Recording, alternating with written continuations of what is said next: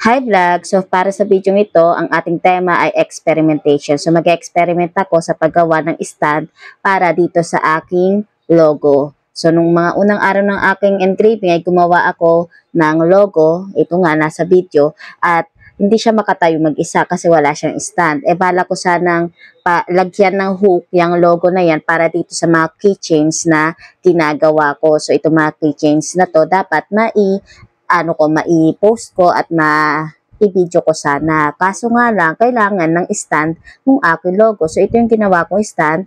Nag-experiment na lang ako. Hindi ko pala na-i-video yung paggawa ko nitong layout na to. So, ang ginamit ko na lang ay ang mga tools na nandito sa gilid ng Lightburn application natin sa laptop. So, more on, ang ginamit ko ay shapes ay yung pencil icon at saka cut. Yung pencil icon at cut ang gagamitin ninyo para magkapaggawa kayo niyang mga stand na nandyan o yung ginawa ko rito sa aking application. So, hindi ko na kasi na-i-video, pinapaliwanag ko na lang na again, ang ginamit ko ay yung pencil icon at yung cut icon, yung gunting scissor icon ng ating Lightburn application, ha. And then ngayon, since experimentation pa lang, gagamit muna ako nitong papel na to, ha, craft paper, para hindi masayang yung plywood natin. So, since gusto ko lang makita kung ano yung kalalabasan nitong aking experimentation, wala akong binago sa ating settings, kung ano yung default, iyon na yun. So, gusto ko lang masimulan. Okay, so ito na yung kinalabasan ng ating papel, sample, trial ng ating stand.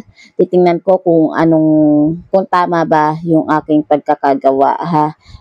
Kung sakto ba siya sa aking, sa aking logohan, ha. Okay, tingnan natin kung masaserve niya yung purpose ng paggawa ko, okay. So, ikakabit na natin, assemble lang natin. Since mahangin, kasi bukas ang electric fan, hindi ko siya maitayo na maigi, ha.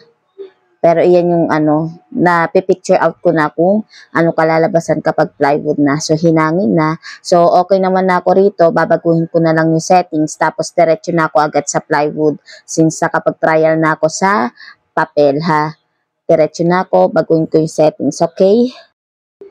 Okay, so nandito ulit ako sa aking Lightburn application para baguhin yung settings ng aking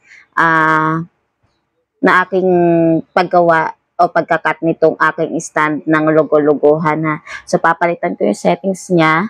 Gagawin kong 200/90 since cutting ito, pagkakat wala tayong engrave dito, cutting lang. So, 200/90 tapos gagawin ko 5 pass. So, 5 passes para ma-sure ko na makakat talaga yung plywood. Okay. So, pagkatapos ito ay start ko na, simulan ko na yung kakat ng ating plywood para matapos na ang stand na to. Again, ang aking settings ay 200/90. So, balik ako rito sa aking engraving machine. Gagamit ako rito ng 3mm na plywood, So, 3mm na plywood at ito ay dahil experimentation lang naman, So, ang ginamit ko ay retaso, mga retaso, yung tira-tira ng aking engrave and cut na keychain, So, sa sideway na ako, may offer tayong engrave and cut na keychain kung gusto niyo order lang kayo, mag-inquire kayo kung gusto niyo mag-inquire, okay? Okay, so natapos na tayo sa pag-engrave. So, ito na, tanggalin na natin siya sa pagkakakabit sa plywood at i-assemble na natin ito, ha. Okay, so ihanda ko lang ulit ito ating mga materials na gagamitin. So, nakabili na ako ng hook. Ito yung hook na maliit kasi nga sabi ko, gagamitin ko ito kung ating stand para maitayo yung ating logo at makabitan ko ng aking keychains, mga palawit.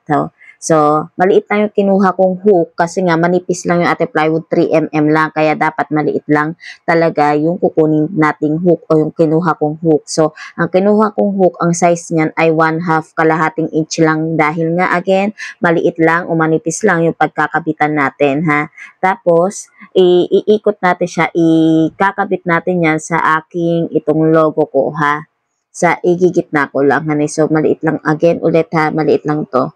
Ikabit natin dito. Itutusok mo lang yan. Hindi mo na kailangan ng iba pang mga materials. Kailangan mo lang na lakas, ha. So, tatansyahin mo lang naman yan kung saan mo siya ikakabit. So, ginamit ko yung aking keychains na i-display para itansya ko kung saan gaano kataas yung pagkakabitan ko nitong hook na ito, ha. Kung kaya satisfied na sa hook, sa height, sa kanyo na ngayon ikakabit yung hook katulad ng ginagawa ko ngayon, okay?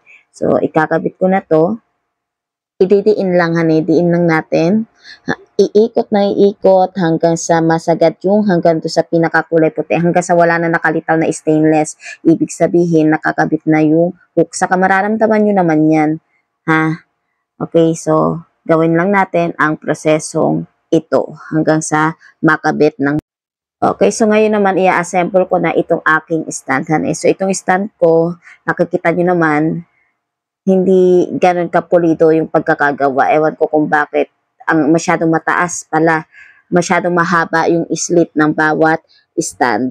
Ayoko nang ulitin since kaya niya namang gampanan yung purpose niya kung bakit yan ginawa, hindi ko na uulitin, ha. So, itatayo na lang natin na maayos para maikabit natin o ma-display ko yung aking keychain, ha. Okay, so ito na natapos na stand ng aking logo. So, sa wakas, kaya na tumayong mag-isa nitong aking logo-logohan at nilagyan ko na yan na hook. Nakikita nyo naman para pagsabitan na mga keychains. So, ipapakita ko kung gano'n yan katibay. Papaikot natin. Okay, so tingnan nyo, para yung music box. Sorry na lang kayo, ha. Okay.